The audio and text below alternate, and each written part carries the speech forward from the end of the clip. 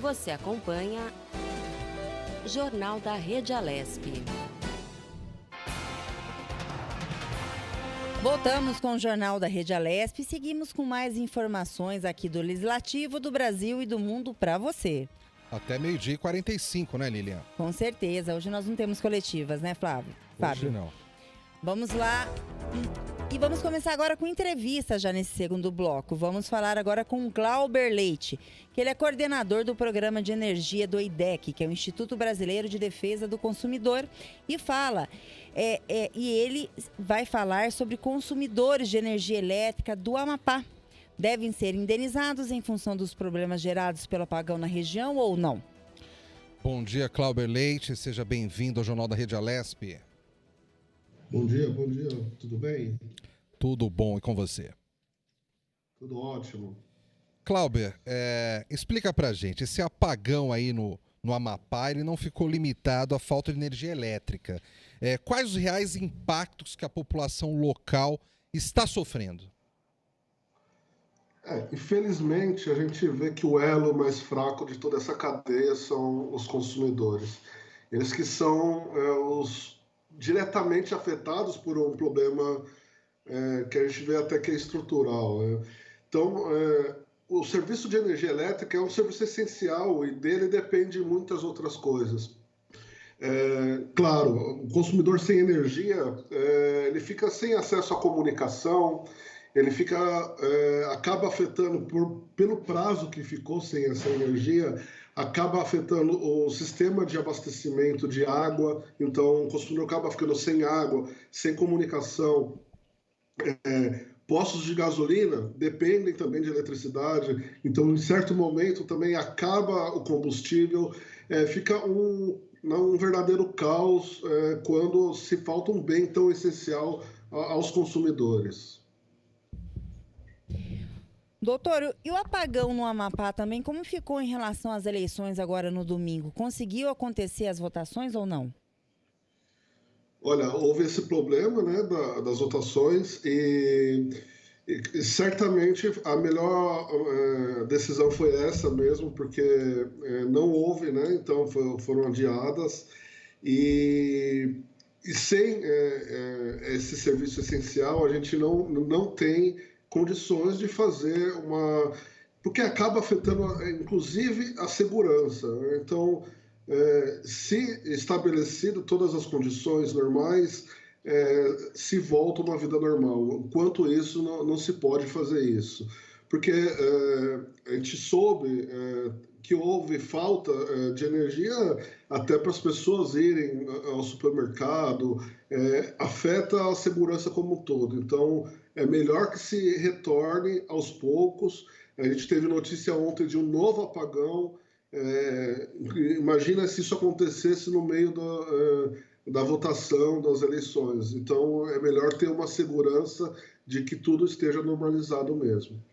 Ô Glauber, você listou algumas coisas que, pela falta de energia, acabam sendo prejudicadas, a população não tendo acesso. Então você falou que fica-se sem comunicação, né? A pessoa não tem uma TV, não tem um rádio para saber as notícias, não tem internet para saber as notícias, para saber o que está acontecendo, por que daquele apagão, né? A pessoa muitas vezes não tem água, porque para se fazer todo o bombeamento da água, para chegar a água até a casa dos consumidores, é necessário de energia em todo esse processo. Você falou sem combustível, você falou até mesmo sem segurança, né? Todas as cidades, né? As escuras.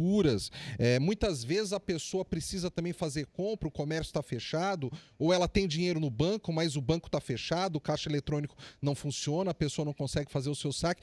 Eu fiz todo esse apanhado de informações para chegar até o IDEC, do qual você é coordenador do programa de energia do IDEC. Ou seja, o consumidor ele tem total direito de exigir alguma coisa por parte do Estado, por parte de alguém, porque ele está sendo lesado na cidadania dele, está sendo lesado em todas as formas que ele necessita para a sobrevivência dele, não é isso?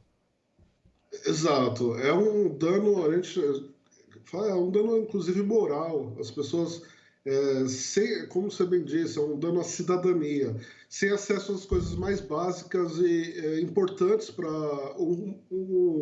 um correto convívio, né? Então, sim, a gente, no IDEC, a gente se preocupou com isso, além da própria reparação que prevê o setor elétrico, a gente tem batido nessa tecla que também o consumidor tem que ser indenizado por todo esse dano, por todo esse mal que ele está passando. E isso não cessou, a gente vê que continua. E quem que é responsável? A gente fica se perguntando por que uma empresa, embora estatal, mas podia ser privada, por que ela não tem um plano de emergência? Porque cadê os órgãos que fiscalizam isso? Sabiam que não tinha esse plano de emergência? O que não pode é o consumidor ficar exposto a esse tipo de situação. Então, e depois tem uma discussão posterior também. Quem que vai pagar por isso? Quem que vai ser responsável por isso? A gente está vendo as medidas que estão sendo tomadas agora.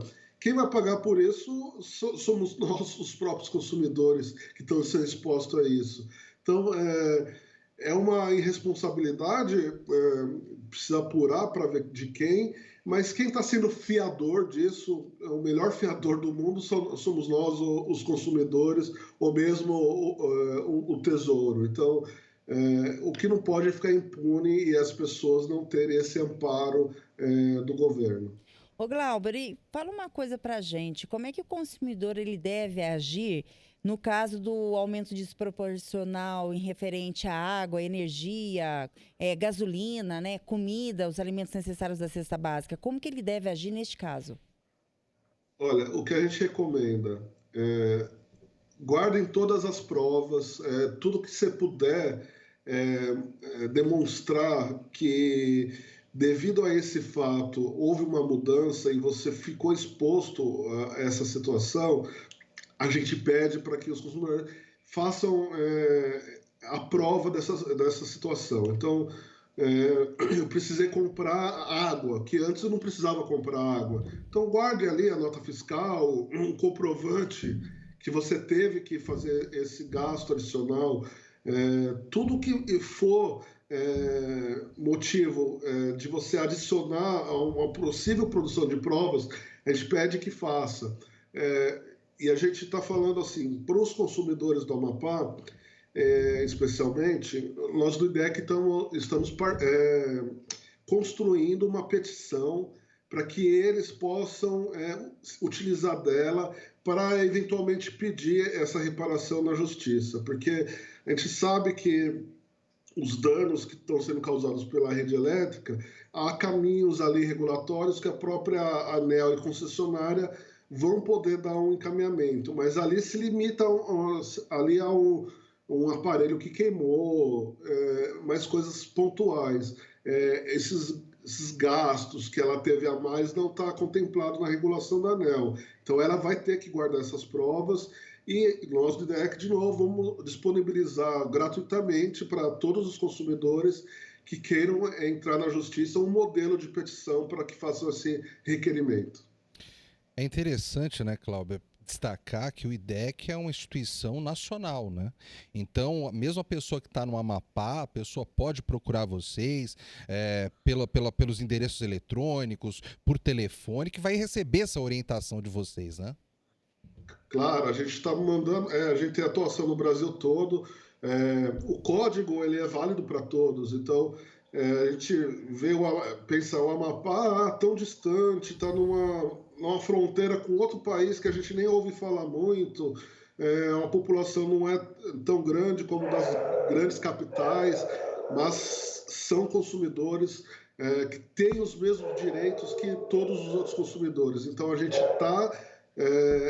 está disposto a atender a todos esses consumidores. Então na nossa página, no idec.org.br, a gente tem lá todas as orientações, não só nesse caso de energia, mas qualquer outra orientação sobre consumo, essa relação de consumo empresa e consumidor, a gente tem todas as orientações e está lá disponível para quem quiser. Uma outra curiosidade que eu tenho é porque, segundo as notícias, né, Cláudia, ainda vai demorar aí, sei lá, mais 10, 15 dias para solucionar o problema. Então, a situação dessa população do Amapá, que já é uma situação caótica, né? 13 dos 16, das 16 cidades lá do estado, 13 das 16 cidades do estado tem esse problema, tem um racionamento lá que a pessoa às vezes tem luz, tem energia, mas só 3 ou 4 horas por dia, né? É uma situação que ainda tende a ficar pior até o problema ser solucionado. Então, as pessoas não podem ficar caladas diante disso, né? Elas têm que procurar os seus direitos, seja o IDEC, seja junto a instituições locais. O que não pode é ficar quieta, né? Diante de tamanha situação caótica que estão vivendo os habitantes do Amapá, né? Exato, Fábio. A gente, infelizmente, nesse momento, a gente não está vendo uma luz no final do túnel. Pelo contrário, a gente está vendo a situação piorando, né? De novo, houve notícia de um novo apagão ontem. E tem lá, na verdade, a história tinham 2 transformadores, os 2 foram danificados por causas que a gente ainda não sabe, foi um incêndio, mas não sabemos a causa desse incêndio. Tinha um reserva que estava em manutenção desde dezembro do ano passado, e a gente não sabe por que demorou tanto para uma manutenção de um aparelho reserva. E para se chegar a um novo transformador ou colocar aqueles que foram danificados em condições, leva um tempo. São equipamentos caros, grandes, que não é de uma hora para outra que vai estar disponível ali para a população. Então, requer mesmo essa atenção especial do governo para fazer um plano de contingência que existe lá. Eu vi que no Ministério tem um grupo especial tratando disso, mas precisa de uma atenção especial porque realmente está um caos. Os consumidores estão sendo lesados, não só os consumidores, os cidadãos, né, estão sendo lesados nos seus direitos mais fundamentais ali, de acesso à energia elétrica, à água, à comida, até mesmo deslocamento, né? Então, precisamos de uma atenção especial para esses consumidores. Mas um ponto que eu queria alertar é que parece que a falha foi um problema estrutural, não só um problema da empresa que não conseguiu atender ali a manutenção, mas um problema estrutural, seja ele da ANEEL, do Ministério, do operador. E então isso acende um alerta para nós. Isso aconteceu lá no Amapá, mas isso poderia estar acontecendo também em qualquer outro local do nosso Brasil, inclusive aqui em São Paulo, qualquer outro local está sujeito a esse tipo de coisa, porque esse foi um problema que aconteceu, infelizmente, no Amapá. Mas se acontecer, por exemplo, numa grande cidade, o impacto vai ser o mesmo. As pessoas ficarão sem energia, embora os sistemas aqui tenham uma redundância maior, mas há um impacto e isso acaba caindo de novo na conta do consumidor. Ou o recurso para pagar essa falha, ou mesmo esses danos que estão sendo causados pela falta dos bens mais essenciais. Clauber Leite, coordenador do Programa de Energia do IDEC, Instituto Brasileiro de Defesa do Consumidor. Muito obrigado pela sua presença aqui no Jornal da Rede Alesp. Muito obrigado, Fábio e Lilian. A gente está lá no IDEC à disposição de todos os consumidores. Muito obrigado. Bom dia, bom trabalho.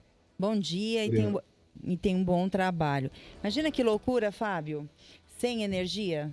Olha, Lília, eu acho a situação que está vivendo o Amapá um alerta para todo o país, e eu acho que a indignação não tem que ser do povo do Amapá, mas tem que ser do povo brasileiro.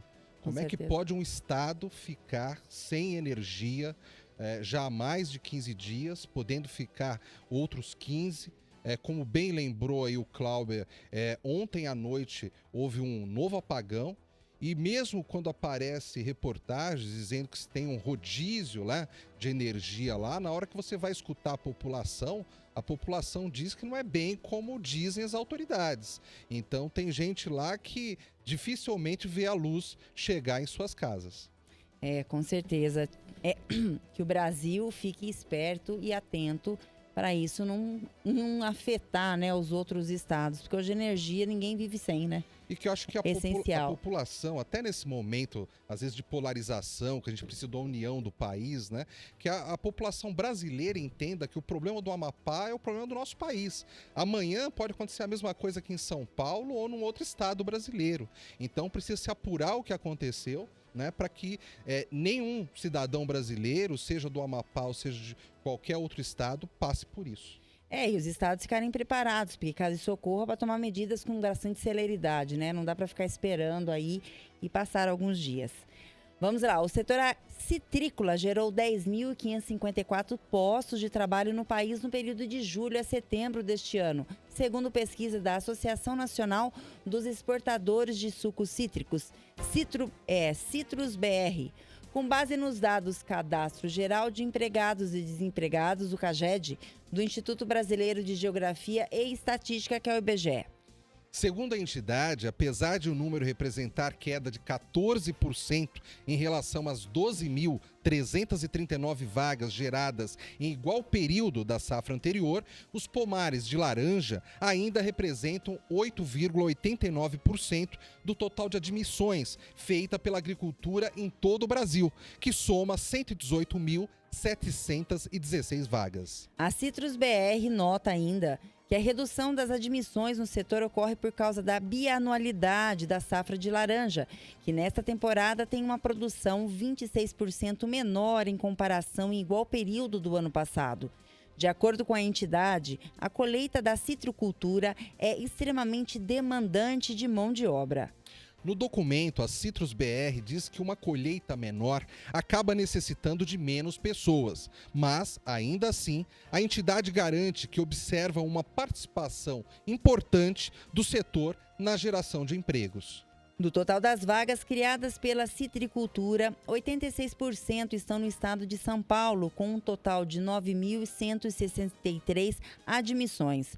Isso significa que das 63.547 vagas criadas pela agricultura paulista entre julho e setembro de 2020, a produção de laranja foi responsável por 14,42%. Jornal da Rede Alesp.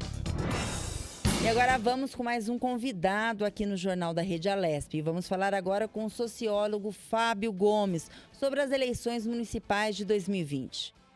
Bom dia, Fábio Gomes. É um prazer revê-lo aqui no Jornal da Rede Alesp. Bom dia, Fábio. Bom dia, Lilian. É um prazer enorme participar mais uma vez com vocês aqui. Fábio Gomes, qual a avaliação que você faz das eleições municipais deste ano? Quais os impactos trazidos pela pandemia a essas últimas eleições? Bom, o medo realmente teve um papel preponderante nessa eleição. E em números, nós percebemos um aumento ali da abstenção, um aumento acima, um valor acima da média histórica no nível Brasil, né? Lógico que em algumas realidades esse aumento foi maior ou menor, mas no cômputo geral a gente já percebeu que parte significativa do eleitorado preferiu a abstenção e temos a tendência de pensar que essa abstenção foi influenciada pela pandemia. Fábio, bom dia. Mais uma vez a gente agradece aqui a tua participação no Jornal da Rede Alesp, trazendo bastante informações de utilidade pública e principalmente das eleições, né? Que foi uma eleição diferenciada, até então nunca ocorrida do modo que ocorreu neste domingo, principalmente também em tempos diferentes que diz a Constituição Federal. Fábio, você acha que qual o balanço que você pode fazer até o momento das eleições municipais aqui no Brasil quanto à sua renovação? Porque cada vez que está tendo uma eleição, a gente vê que está sendo renovado muito o pessoal. E principalmente os influenciadores digitais estão tomando conta dessa área política sem ter um pouco de experiência na área. Qual que é o balanço que vocês traz disso? Essa questão, ela já teve uma intensidade mais forte, sobretudo no campo mais executivo, reduziu um pouco, a gente percebeu aí um retorno do voto para um campo mais experiente, essa confusão que se fazia entre o novo para a transformação da política e o noviço, pela ausência de experiência, né, e a proposição de um novo que não conseguiria executar, isso entrou no radar do eleitor, ele buscou a eficiência garantida por uma história de vida de execuções, embora com algum desgaste, embora com alguma história ou uma parte da história política com alguma cisão em relação às expectativas, mas eles buscaram essa garantia da experiência maior de quem viveu mais a política, né?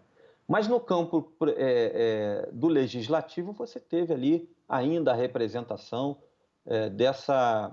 dessa espécie de notoriedade promovida pelas redes sociais, né? E você também teve uma renovação no campo da defesa das minorias, a questão do racismo, né? As proposições identitárias, encontrou aí, sobretudo nas cidades, nos arredores de regiões mais industrializadas, com a força do trabalho, dos movimentos dos trabalhadores, dos partidos de esquerda, você teve ali uma presença mais forte na urna desse tipo de defesa e de representação social do voto.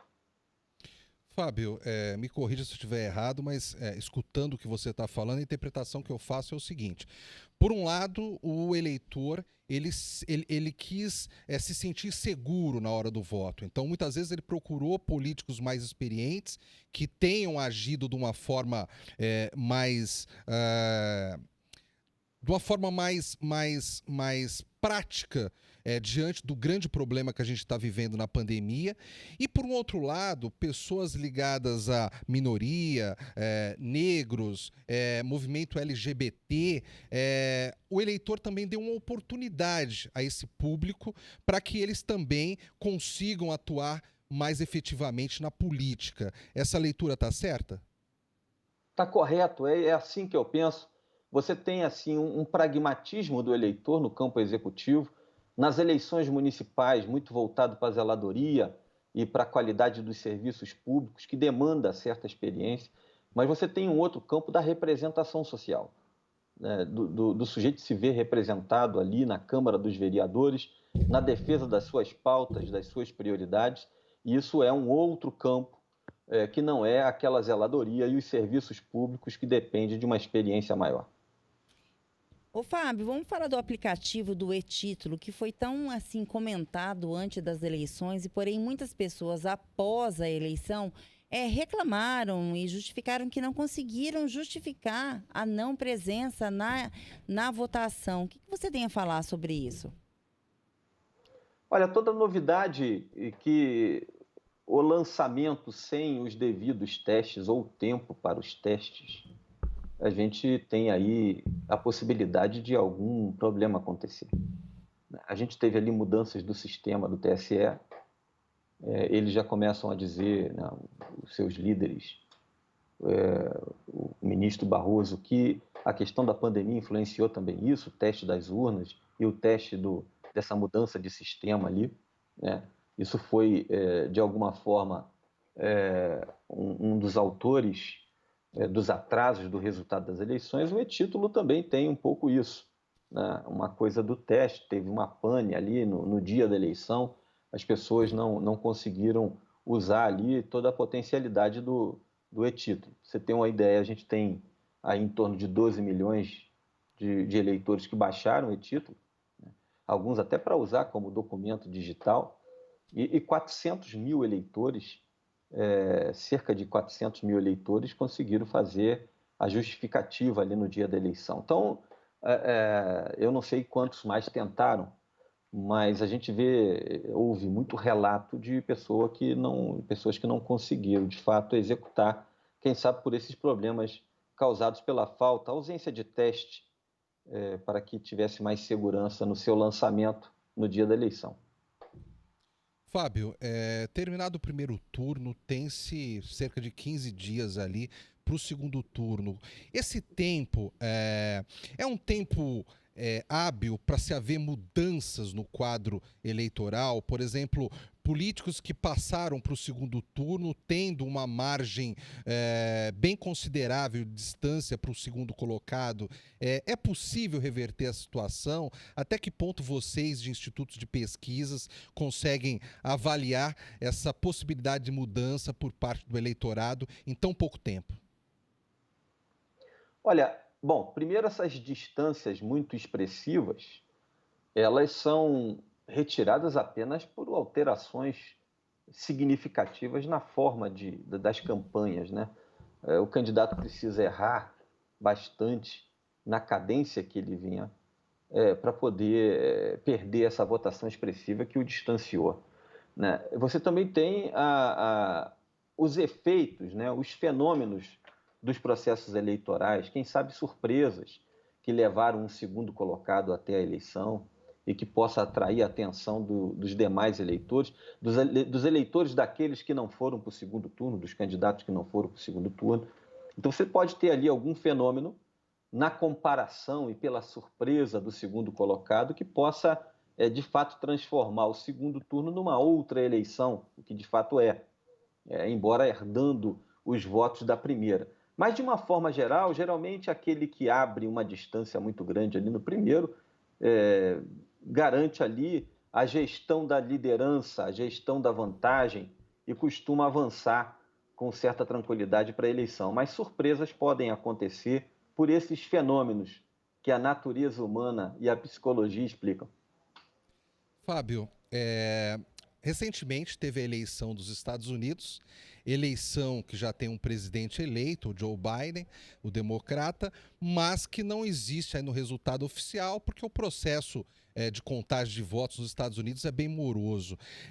E uma coisa que me chamou a atenção, que eu acho que eu nunca vi uma eleição americana ser tão repercutida aqui no Brasil antes, né? Você assistia os noticiários e você acompanhava ali notícias sobre a eleição dos Estados Unidos o tempo todo, né?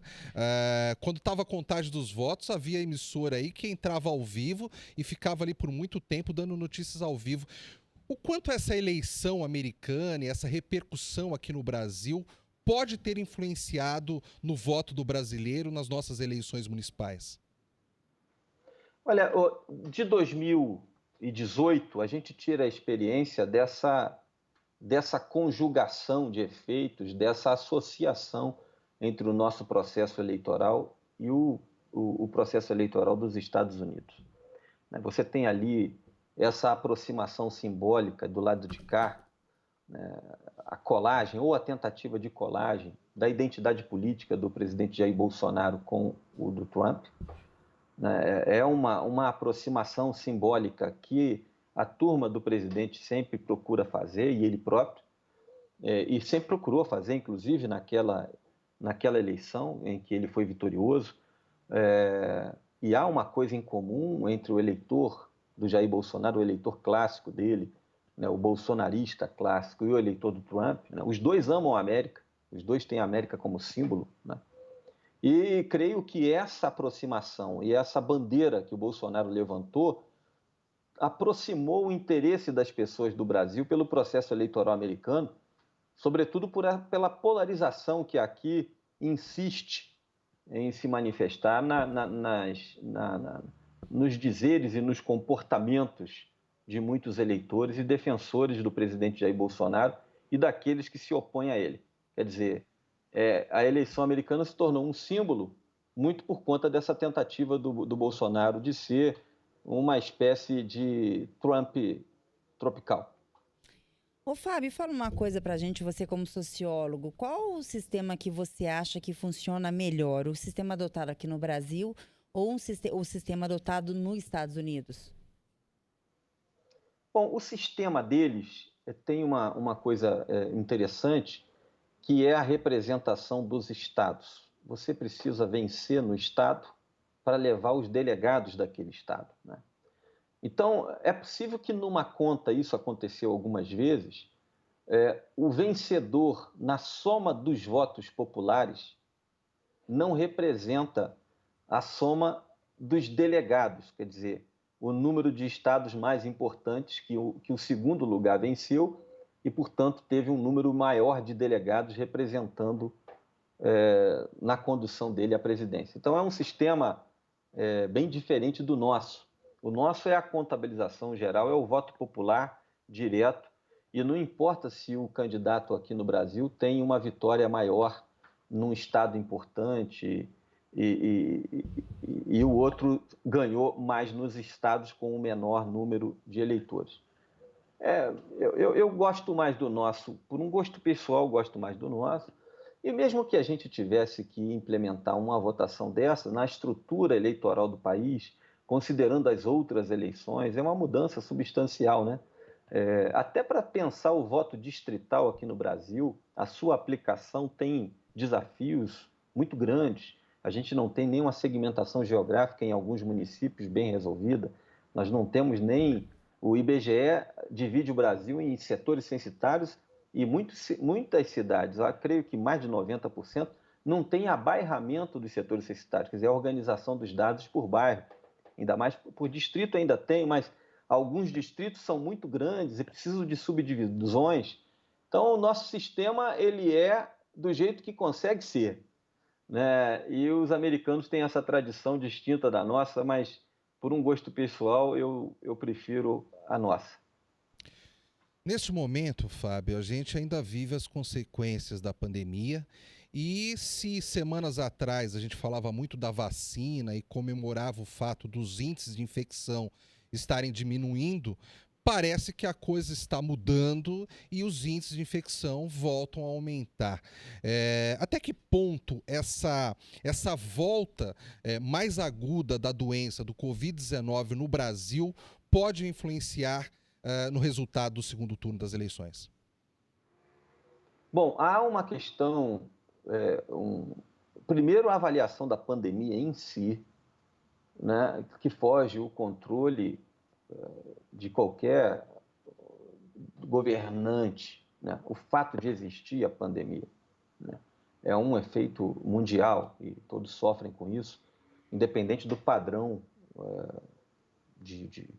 social de um país. Agora, o que pode cair na conta é o comportamento do governo ou dos governos que estão ali, quem sabe, disputando a reeleição ou que tenham um candidato representando o governo, um governista, o padrão de comportamento do governo na prevenção, né? É lógico que você tem aí, com a pandemia, uma atenção maior aos serviços de saúde, à qualidade dos seus serviços, mas você tem também uma atenção aos padrões, às posturas dos governos nessa questão de ter responsabilidade de proteger as pessoas. Então, eu creio que o que pode influenciar é a postura dos governos que têm representantes no processo eleitoral. Se a postura for ruim, pode impactar de fato. Fábio, falando agora aqui da eleição na capital paulista, né? Desde ontem foi-se falado aí as possíveis alianças partidárias, né? O partido X, Y, Z dizendo que apoia tal candidato. Um apoia o Boulos, outro apoia o Bruno Covas. O quanto essas alianças partidárias, nesse momento, elas podem ajudar ou atrapalhar cada candidato? Bom, primeiro a gente tem São Paulo à volta de um mapa eleitoral que é histórico para a cidade. Aí, São Paulo, fazendo aqui só uma aproximação, o mapa de São Paulo é como se fosse um T. As extremidades do T, esquerda, direita e a base, são limítrofes de cidades industriais, regiões industriais, com a força dos movimentos dos trabalhadores, do voto popular. E ali sempre teve ali a força do malufismo, onde, de alguma forma, Celso Russomano navegou nessas 3 eleições no início do processo, e onde a esquerda sempre expressou alguma reação. A Haddad, por exemplo, virou o jogo em 2012 nessas regiões. Boulos também, né? E aí você tem uma questão agora das alianças que tem um pouco dessa representação do voto popular e do posicionamento do voto de esquerda. É natural que os partidos de esquerda se aproximem ali do Boulos por uma identidade com esse eleitorado nas extremidades desse T, né, que é o mapa de São Paulo, né?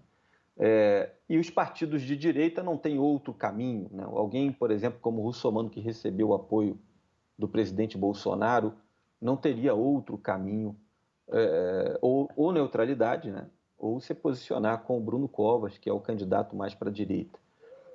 E o que tem uma interrogação enorme no processo é a posição do Márcio França, que de um partido centro-esquerda e que resiste em apoiar um candidato à esquerda, muito por conta da sua biografia e dos seus projetos de vida futuro, que São Paulo pode cobrar dele essa postura, né? Não creio que algum apoio possa atrapalhar, né? Eu creio que a preocupação agora é sobre cobranças futuras do eleitorado na posição dos candidatos nessa eleição, né? Para agora, não creio em atrapalhar. Pode somar, contribuir com a disputa. Fábio Gomes, sociólogo, muito obrigado pela sua participação e análise aqui das últimas eleições pelos municípios brasileiros. Obrigado mais uma vez. Ô Fábio, Lília, eu agradeço mais uma vez a oportunidade para falar para a audiência de vocês e eu estou sempre aqui à disposição para a gente poder analisar cenários políticos. Obrigada, Fábio. Tenha uma boa tarde. A cidade de Cabralha Paulista acaba de receber uma máquina de destoca, que ela foi comprada com recurso de emenda parlamentar da deputada Marsalia, do PT. O equipamento será utilizado no assentamento hortoflorestal de Brasília Paulista, que tem 111 lotes nos municípios de Cabralha Paulista e Piratininga, na região de Bauru. A parlamentar esteve na cidade de Cabralha Paulista e foi recebida por autoridades e moradores e produtores assentados. Para a deputada, o equipamento é muito importante para os assentamentos, porque permite retirar os tocos de árvores de área para plantio. Sem isso, a terra ficaria inutilizada. A máquina de destoca foi adquirida pela Prefeitura de Cabralha Paulista pelo valor de R$ 145 mil, sendo R$ 120 mil repassados de emenda da parlamentar e mais R$ 25 mil de contrapartida do município. Jornal da Rede Alesp. Agora a gente vai voltar de novo com a nossa colega Melissa Araújo, que vai trazer as últimas notícias e informações de assuntos aqui da Assembleia Legislativa e assuntos também que interessam a você, população, né? A nós. Mel? Oi, boa tarde. Boa tarde já, Melissa. Boa tarde. Olha, a gente aqui no Jornal da Rede Alesp tem adotado aí a prática de trazer alguns projetos de deputados para a gente repercutir, para a gente conhecer melhor os projetos. Acho que isso é um papel muito importante que a gente acaba exercendo aí com a nossa audiência, porque as pessoas às vezes conhecem o projeto só quando ele chegou no plenário e a gente dá a oportunidade das pessoas conhecerem um pouco mais sobre as propostas dos parlamentares. Eu queria destacar para vocês um projeto do deputado Major Meca que ele apresentou, que foi publicado no Diário Oficial essa semana, e que eu achei um projeto muito interessante, que ele dispõe sobre a criação de um programa adicional universitário ou técnico profissional para policiais, civis, militares e técnicos científicos com formação em nível técnico superior, pós-graduação, mestrado e doutorado. Aí ele chama de Lei Sargento PM Thaís Valéria. É muito interessante o projeto, a gente lendo aqui o projeto vê que é bem interessante, que o deputado ele quer, a ideia dele é estimular uma formação profissional dos policiais para benefício até da própria corporação. A gente lembra que conhecimento é um patrimônio que ninguém tira da gente. E quando a gente tem a oportunidade até de usar ali para aprimoramento do seu trabalho, do seu exercício profissional, é muito bacana. E aí ele destaca isso. Gente, eu peço desculpas, eu moro numa casa e o povo do gás está passando na rua, eu peço mil desculpas. Home office é assim mesmo, Melissa, não se preocupe. Assim, o home office. Mas voltando aqui ao projeto, a ideia é que a gente possa aprimorar. Então, por exemplo, ele cita como exemplo um policial que é formado em fisioterapia. A gente tem um monte de policiais que, infelizmente, acabam se lesionando gravemente no exercício de suas funções, e aí eles poderão ser tratados por esses colegas policiais que foram formados em fisioterapia. É uma iniciativa fantástica, muito interessante aí para a corporação, para melhorar o desempenho da corporação, para melhorar ali a relação ali dentro da própria corporação com os policiais que têm essa formação mais específica. E aí, em direito, em jornalismo, em fisioterapia, como o deputado mencionou aqui na justificativa do projeto, é bem interessante e é um projeto que pode render bons resultados aí para a população também, porque, como eu falei, conhecimento é um patrimônio que ninguém tira da gente. Então, acho que isso se reverte também no atendimento futuramente aí para as pessoas. O projeto, como eu expliquei para vocês, ele foi publicado no Diário Oficial, ele vai passar pela CCJ, que é a Comissão de Constituição, Justiça e Redação, que é a primeira comissão que tramita um projeto, e depois ele passa pelas comissões temáticas da Casa, né? A Comissão de Segurança Pública e outras que possam levar o projeto até o plenário, que é o que a gente chama de ordem do dia. Eu queria destacar para vocês também a eleição do deputado Ed Thomas, do PSB. A gente teve alguns deputados que foram candidatos a prefeito. O deputado Ed Thomas foi eleito agora no primeiro turno das eleições. Temos ainda outros deputados que estão no segundo turno, que eu não posso mencionar aqui por causa da lei eleitoral, mas eu acho importante destacar o deputado Ed Thomas porque foi eleito e porque ele vai representar uma cidade muito importante do Oeste Paulista, que é a cidade de Presidente Prudente. Presidente Prudente tem 562 mil quilômetros quadrados, é uma cidade grande, ela tem mais de 207 mil pessoas, né? A população é de mais de 207 mil pessoas, isso de acordo com o censo de 2010, e é uma cidade que tem uma característica de ter um polo industrial muito forte, um polo cultural também, mas também tem uma força do agronegócio que também é importante.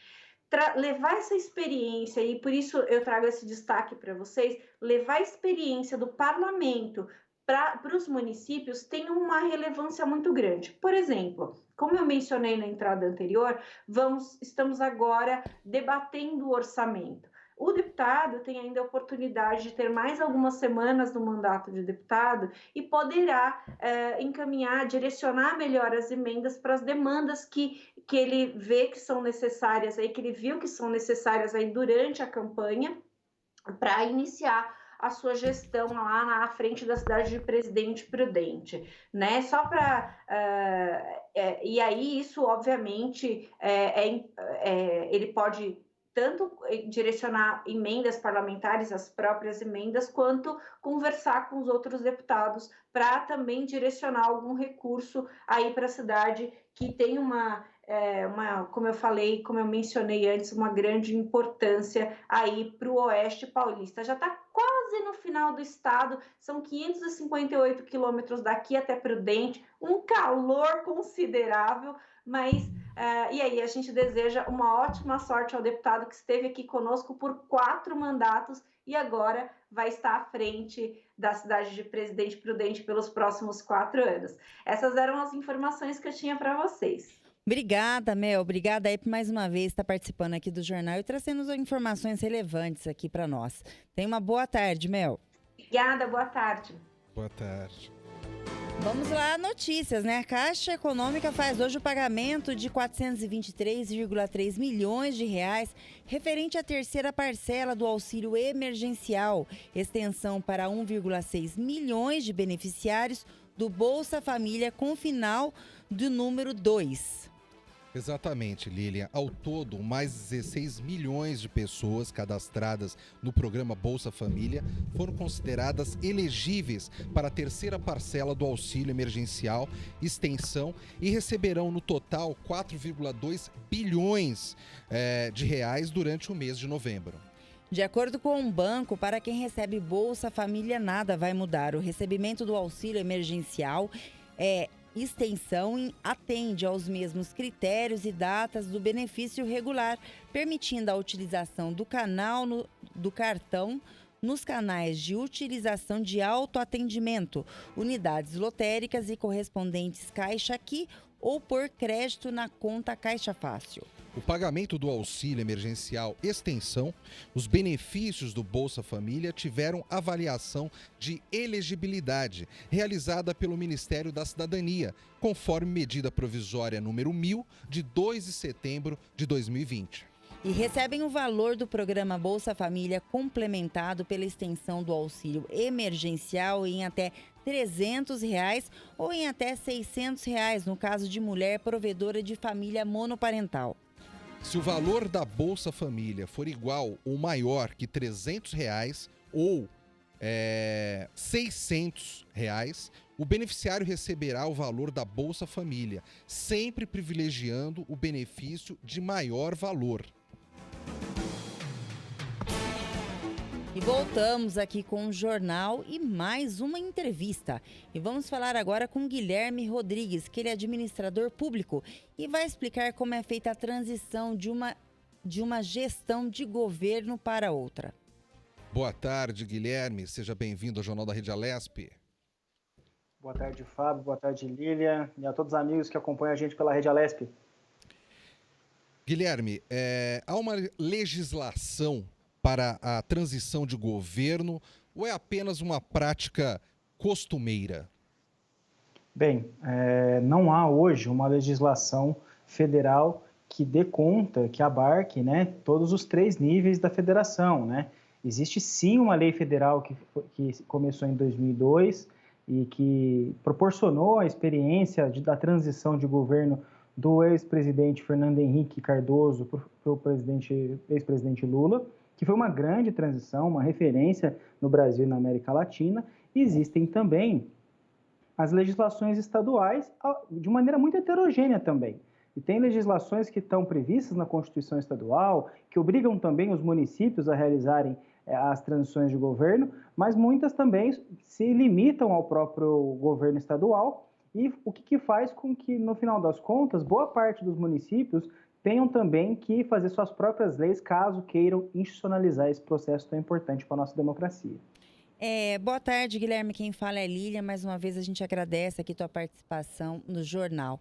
Ô, Guilherme, a gente sabe que constitucionalmente falando, as eleições sempre ocorrem no primeiro e no último domingo de outubro.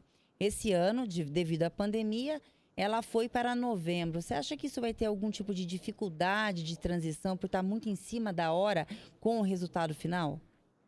Sem dúvida, Lilian, apresenta um desafio, esse menor espaço de tempo disponível para a realização da transição de governo. A transição é a passagem ordenada do poder sem que haja prejuízos para a população em políticas públicas, na prestação de bens e no fornecimento de serviços, na prestação de serviços e no fornecimento de bens públicos, que são direitos sociais, são direitos da população.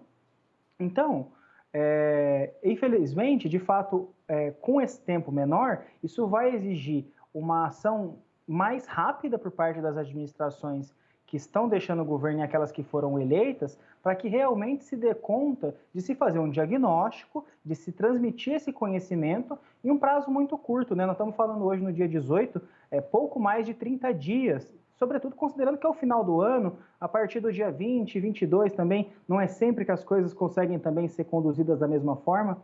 Então, é um espaço muito curto para a realização de um processo muito importante para a democracia e para as políticas públicas de maneira em geral. Guilherme, nós estamos aqui falando de transição e falando de âmbito nacional, né? Mas não tem como falar com você a respeito desse assunto sem tocar na eleição americana, onde o processo de transição no que é considerada a maior democracia do mundo está ameaçado, visto que o atual presidente contesta o resultado das eleições e por mais que o presidente eleito tenha uma equipe ali de transição organizada, se não houver da outra parte, né, dos que estão saindo, essa no mínimo delicadeza, né, de compartilhar as informações, o processo de transição está ameaçado. Esse tipo de coisa é incomum no mundo ou é mais comum que a gente pensa? Você que trabalha com esse tema já tinha visto algo parecido? Bem, infelizmente é muito comum, e no Brasil é muito comum também, essa questão que a gente chama da política da não transição ou até da política da terra arrasada, que é a forma de você conseguir ocultar dados, apagar dados, atrapalhar a nova gestão a assumir realmente implementar esse plano de governo que foi aprovado nas urnas. Vou fazer um comentário breve sobre a minha avaliação do que está acontecendo nos Estados Unidos. Os Estados Unidos tem uma grande tradição na realização de boas transições de governo em nível federal. Entretanto, na minha avaliação, Fábio, é que esse caso não é necessariamente um problema em relação à lei de transição lá, é o Transition Act. Na verdade, uma questão muito mais vinculada ao próprio direito eleitoral em relação a quem reconhece, quem tem poder de reconhecer a vitória presidencial, até pela essa ausência de uma figura como se fosse o nosso TSE aqui no Brasil, faz com que essa lacuna do ponto de vista eleitoral ela possa ser utilizada para atrapalhar o processo de transição. Então, na minha avaliação, o que ocorre nos Estados Unidos hoje, ele é muito mais vinculado a uma deficiência, vamos colocar dessa maneira, do sistema eleitoral que está sendo colocado à prova por novos elementos, do que necessariamente um problema na realização de transições, porque os Estados Unidos têm uma boa tradição em fazer boas transições e tem feito isso muito bem. Agora, até esses novos procedimentos são testados frente à realidade, né?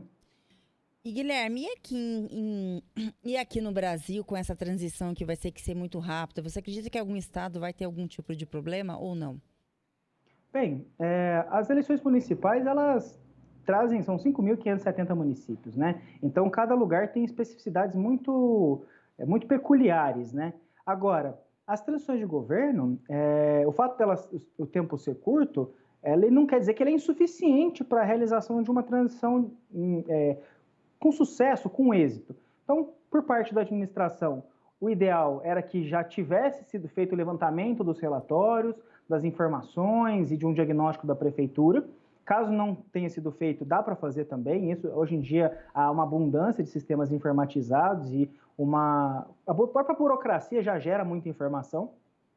E por parte do governo que entrou, é necessário, desde segunda-feira, né, já preparar o time para realmente fazer essa transição. Conversar com a administração, buscar nomear uma comissão de transição de governo para fazer um cronograma de trabalho. E porque as comissões, elas podem ter... Nós não temos uma tradição no Brasil de realizações de transição, sobretudo no nível municipal. Até por isso, querendo ou não, em 2000 nós fizemos a lei de responsabilidade fiscal, nós temos a lei de acesso à informação, porque elas permitem com que nesse momento nós tenhamos algumas salvaguardas para as próximas gestões.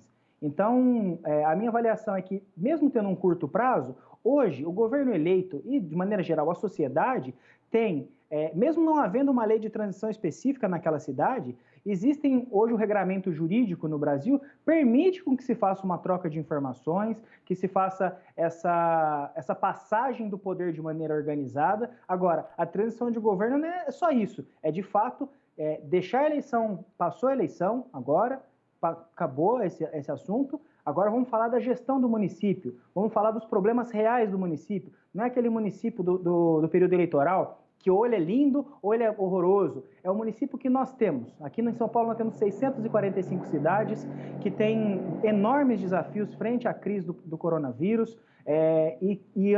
Os municípios, depois da Constituição de 88, desenvolveram uma série de competências, só que isso é muito desafiante, porque nós estamos falando que o prefeito eleito, e que qualquer prefeito, ele vai cuidar desde o saneamento básico, dos resíduos sólidos, da educação, da saúde, e tudo isso é muito complexo. Agora nós estamos em momento de chuva, então tem que se preocupar com enchentes, então se as calhas dos rios estão limpas, com os deslizamentos, se as obras para encostas estão sendo realizadas, a prestação de serviços na saúde, insumos em relação à pandemia e a própria sequência da saúde. Então, é muito desafiante, mas justamente por ser desafiante, a transição de governo é tão relevante para a gestão pública municipal. Ô Guilherme, a tecnologia tem ajudado na transição quando se trata de ter dados da gestão anterior? E, ao mesmo tempo, quero emendar com uma outra pergunta. A plataforma Municípios em Rede, do que se trata essa plataforma? Bem, a tecnologia ajuda bastante, e aí ela vai servir tanto para a primeira pergunta quanto para a segunda, porque, de fato, mesmo, por exemplo, num momento de pandemia, os dados podem ser repassados, as informações já são compiladas em sistemas de informação. Então, se a gente for pegar isso há 10, 20 anos atrás, era muito mais escasso a existência desses sistemas, então tudo era no papel, tudo tinha que ser xerocado, aí tem um protocolo. E aí, inclusive, a Lei de Acesso à Informação de 2011 já instiga, incentiva com que o poder público tenha essas informações dentro da transparência ativa. O que é isso? Que o próprio poder público já disponibilize esses dados, que sejam legíveis por máquina, ou seja, não é uma foto daquele documento, é aquele documento que pode ser copiado e colado, aquela planilha que pode ser colada e depois compreendida dentro de um leitor de planilhas. Então, de fato, a tecnologia pode ajudar tanto nessa questão da gestão de dados, quanto, por exemplo, nisso que a gente está fazendo agora. Não tem necessariamente que a comissão de transição se reunir presencialmente. Óbvio que é desejado, com todas as medidas de segurança. Agora, boa parte dos processos podem ser tocados como a gente está conversando agora. E bem, a plataforma Municípios em Rede é uma iniciativa da Secretaria de Estado de Desenvolvimento Regional que está fazendo um trabalho também muito importante com os municípios, e também vai estar lançando um curso sobre transição de governo municipal, que, se eu não me engano, começa agora no dia 30, dia 30, e para todos aqueles que são do público-alvo dentro do curso e que têm interesse em conhecer mais sobre transições de governo, eu recomendo fortemente, tenho certeza que tem muito a contribuir para as transições do governo nos municípios paulistas. Guilherme Rodrigues, ele é administrador público e falou um pouco sobre como é feita a transição e uma gestão de uma gestão de governo para outra. A gente agradece a sua entrevista, Guilherme. Tenha uma boa tarde. Muito boa tarde, muito obrigado a todos e boa semana. Boa tarde, boa semana. E o Ministério das Comunicações publicou a portaria que autoriza a flexibilização do horário de retransmissão do programa A Voz do Brasil, além dos horários originalmente previstos no caso de emissoras que desejarem transmitir jogos de futebol da seleção brasileira. A medida vale tanto para a seleção masculina quanto a feminina, enquanto perdurar o estado de calamidade pública decorrente da pandemia. O programa A Voz do Brasil é produzido pela empresa Brasil de Comunicação, a EBC. De acordo com a portaria 1394, a flexibilização do horário valerá para transmissões de jogos com início marcado entre as 19 horas e as 20h30 horas, desde que o programa seja transmitido sem cortes, iniciando até as 23 horas do mesmo dia. Jornal da Rede Alesp. Eu acho importante, viu, Lilian, essa flexibilização da Hora do Brasil, porque em muitas regiões do país esse programa ainda é bastante escutado, né? Então, às vezes, aqui em São Paulo, já aconteceu de eu estar conversando a respeito com algum amigo e falar, nossa, né? Um amigo fala, nossa, mas ainda existe a Hora do Brasil? Sim, porque o nosso país é um país muito grande, a disponibilidade, o acesso à comunicação não é o mesmo de São Paulo para outros centros menos habitados. Então, principalmente o pessoal mais de regiões agrícolas, né, gosta muito de ligar ali o seu radinho e escutar a Hora do Brasil. Com certeza. E agora a gente vai à nossa última entrevista com um deputado, vamos falar com o deputado Alex de Madureira, do PSD. E ele fala sobre a lei orçamentária anual e as atividades parlamentares aqui da Assembleia. Boa tarde, deputado. Seja mais uma vez bem-vindo aqui ao Jornal da Rede Alesp. Boa tarde, Fábio. Boa tarde, Lilian. Boa tarde a todos vocês aí da Rede Alesp. Parabéns mais uma vez pelo trabalho de vocês, pelo trabalho que vocês realizam para o povo de São Paulo, estar acompanhando sempre tudo aquilo que o Parlamento Paulista vem fazendo, o governo do Estado, pela população do Estado de São Paulo. Parabéns aí. Deputado, estamos em novembro e será debatido a Lei Orçamentária Anual, a LOA, aqui na Alesp. O senhor pode contar para quem nos ouve agora em casa o que significa essa lei para o Estado de São Paulo? Olha, a LOA nada mais é do que o orçamento do Estado, né? O Estado tem uma obrigatoriedade constitucional, né? Quando eu digo Estado, é o Poder Executivo, né? O Executivo tem a obrigatoriedade de mandar para o Legislativo do Estado as previsões orçamentárias, tanto de arrecadação como dos gastos, né? Então, nós temos a prerrogativa constitucional, como deputados estaduais, de aprovarmos esse orçamento que será executado para o ano seguinte, né? Todo dia, o limite para o recebimento da peça orçamentária da LOA ou do orçamento do Estado 30 de setembro, então todos os anos, até o dia 30 de setembro, nós temos a obrigação de receber aqui na Assembleia Legislativa. A Casa, a Presidência, encaminha para a Comissão de Finanças. A Comissão de Finanças escolhe um relator, né? Eu tive a satisfação de ser o relator o ano passado. Esse ano ainda não foi indicado o relator para o orçamento de 2021 e, após as discussões, o recebimento das emendas, né, nós já estamos em mais de 15 mil emendas apresentadas ao orçamento de 2021, mais ou menos o mesmo número que nós tivemos no ano passado. Essas emendas são analisadas pelo relator, é feito um relatório que é votado na Comissão de Finanças e depois também votado no plenário, aprovado na Comissão de Finanças, esse relatório vai para o plenário para que o plenário também possa aprová-lo. Com isso, esse orçamento fica autorizado o Poder Executivo a executá-lo no ano de 2021. Deputado, quem fala é a Lilian. Mais uma vez a gente agradece a participação do senhor aqui nesse meio de comunicação, que é muito importante vocês virem aqui e tá mostrando, né, para os seus eleitores e para os cidadãos o trabalho de vocês, a fiscalização que vocês fazem com o governo, enfim, o trabalho dos deputados dentro do Estado de São Paulo. A gente sabe que o governo teve um anúncio há uns tempos atrás falando que por causa da pandemia houve um rombo e vai haver um rombo em 2021 de 10,4 bilhões de reais. E com isso ele propôs um projeto de lei, que é o 529 de 2020, que foi muito debatido e discutido aqui na Assembleia, para que esse rombo diminuísse e não houvesse perigo de corte de gastos no orçamento de 2021. Como é que ficou hoje essa situação com esse projeto aprovado e a nova proposta para 2021? Olha, Lilian, tudo bem? Uma boa tarde a você também. Lilian, esse rombo, claro, ele foi previsto por conta da queda da arrecadação, em primeiro lugar, a diminuição dos postos de trabalho no Estado de São Paulo, e esses efeitos foram efeitos da pandemia.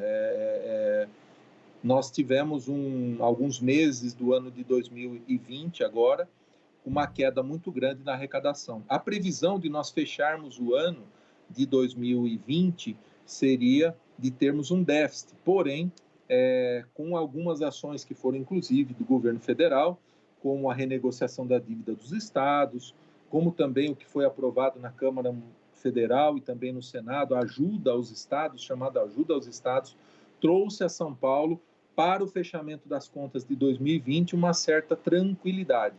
Ficava, então, a preocupação com 2021, porque nós sabíamos que poderíamos ter uma queda na arrecadação para o ano seguinte, se não tomássemos nenhuma atitude. Com isso, o governo do Estado preparou um pacote de medidas que foi chamado de reforma administrativa, o projeto 529, como você mesmo mencionou, esse projeto trazia, além de algumas questões fiscais, tributárias, como as desonerações, os benefícios fiscais que são dados a algumas empresas que em algum momento da história vieram para São Paulo e tiveram esses benefícios fiscais. Esses benefícios cessariam por 2 anos até as contas do Estado se voltarem ao normal. A previsão que nós temos, vou dar um dado aqui importante para todos que nos assistem, é um exemplo do mês de março desse ano de 2020. Foi o pior mês que nós tivemos no ano de 2020. A arrecadação ela foi de 10,4 bilhões de reais no mês de março. Foi a menor que nós tivemos no ano de 2020. Em outubro, agora, quando nós fechamos o mês de outubro, o Estado divulgou, a Secretaria da Fazenda do Estado divulgou a arrecadação do ano de 2020, agora do mês de outubro. Nós tivemos 14,8 bilhões de reais de arrecadação. Ou seja, a nossa arrecadação já voltou para os patamares esperados no orçamento do ano passado. O que eu quero dizer com isso? É que a economia de São Paulo está melhorando, está dando respostas. Nós já tivemos um superávit agora, nesse mês de outubro. Fechando o mês de novembro agora, também se entende que nós teremos um superávit. Dezembro será muito melhor do que os meses anteriores. Esperamos até que seja um dezembro melhor do que dezembro de 2019. E com isso, traz essa segurança da economia do Estado de São Paulo para que o ano que vem seja um ano bom. O governo já está falando de investimentos para 2021 em cima do que nós votamos no 529. Nós não teremos investimento nenhum e nós teríamos ainda uma possível queda grande da arrecadação e, com isso, um déficit previsto para o ano de 2021. Com o 529, essas previsões já mudaram. Nós temos uma previsão de superávit para o ano de 2021 e a retomada dos investimentos no estado de São Paulo. Algo na ordem de investimentos, algo na ordem de 15 bilhões de reais de investimentos para o ano que vem. Coisa que nós não tivemos agora em 2020, mas nós temos nessa previsão já que 2021 nós teremos investimentos importantes no estado de São Paulo. Deputado, nos últimos anos, na hora dos deputados ali chegarem a uma conclusão em relação ao orçamento do próximo ano, durante essa análise, esse processo de análise, houve sempre um diálogo muito grande com a população por meio das audiências públicas. Esse ano, por causa da pandemia, é um ano totalmente singular. De que forma os deputados conseguem ouvir o que a população quer a respeito, como prioridade a respeito de orçamento do Estado? Olha, foi ótima a sua pergunta, Fábio.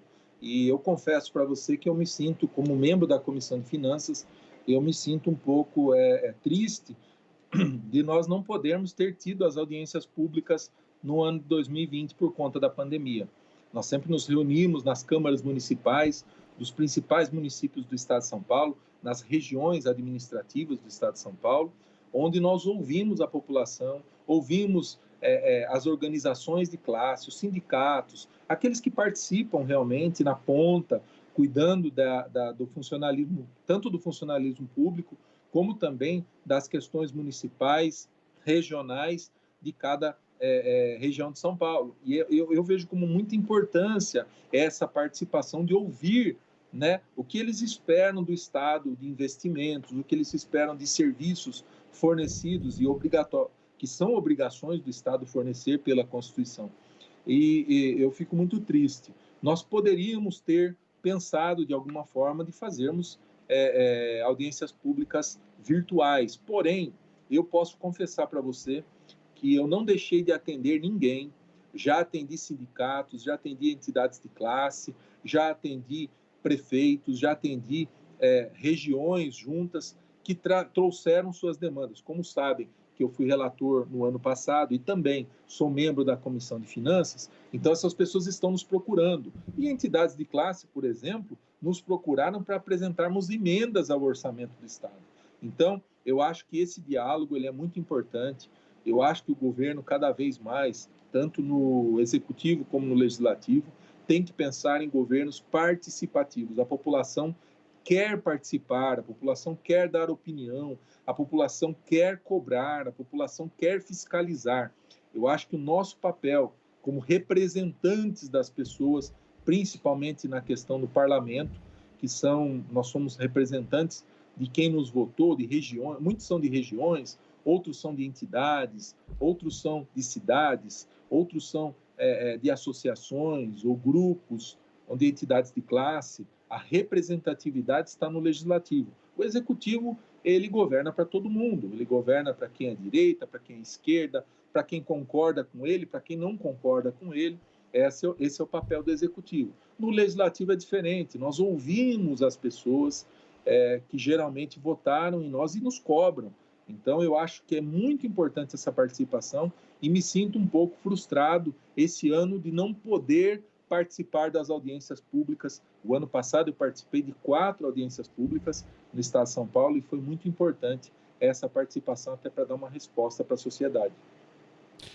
Deputado Alex Madureira, do PSD, muito obrigado pela sua presença mais uma vez aqui no Jornal da Rede Alesp. Obrigado, Fábio. Obrigado, Lilian. Muito obrigado a todos vocês da Rede Alesp que têm prestado esse serviço de comunicação e de informação para a população do estado de São Paulo. E eu fico feliz de poder contribuir sempre com vocês aí e contem comigo em qualquer momento. Nós estamos aqui à disposição e agradecer a vocês, para que nós usamos também esse espaço para poder nos comunicar com a população de São Paulo. Obrigado. Obrigada, deputado. Parabéns mais uma vez pelo seu trabalho e tenha uma boa tarde. Boa tarde, boa tarde. Boa tarde, bom trabalho. E agora, né, Fábio, a gente vai conferir os destaques que marcaram o noticiário deste segundo bloco.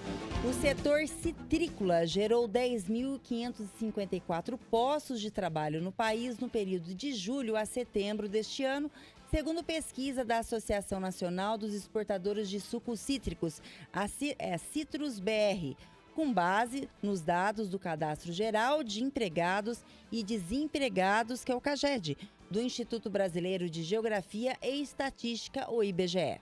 Segundo a entidade, apesar de o número representar queda de 14% em relação às 12.339 vagas geradas em igual período da safra anterior, os pomares de laranja ainda representam 8,89% do total de admissões feitas pela agricultura em todo o Brasil, que soma 118.716 vagas. Jornal da Rede Alesp. E o Jornal da Rede Alesp, tudo sobre o Legislativo Paulista. Lembrando, se você quer dar sua sugestão por algum tema ou assunto, liga pra gente ou manda mensagem no nosso WhatsApp, que é o número 11 99232 5950 e deixe lá a sua mensagem. Outra coisa muito importante, mantenha os cuidados na prevenção contra o coronavírus. Por hoje é só. Um bom dia a todos, obrigado pela sua audiência e até amanhã. Uma boa tarde, Fábio, esquecendo. Uma boa tarde a todos nós.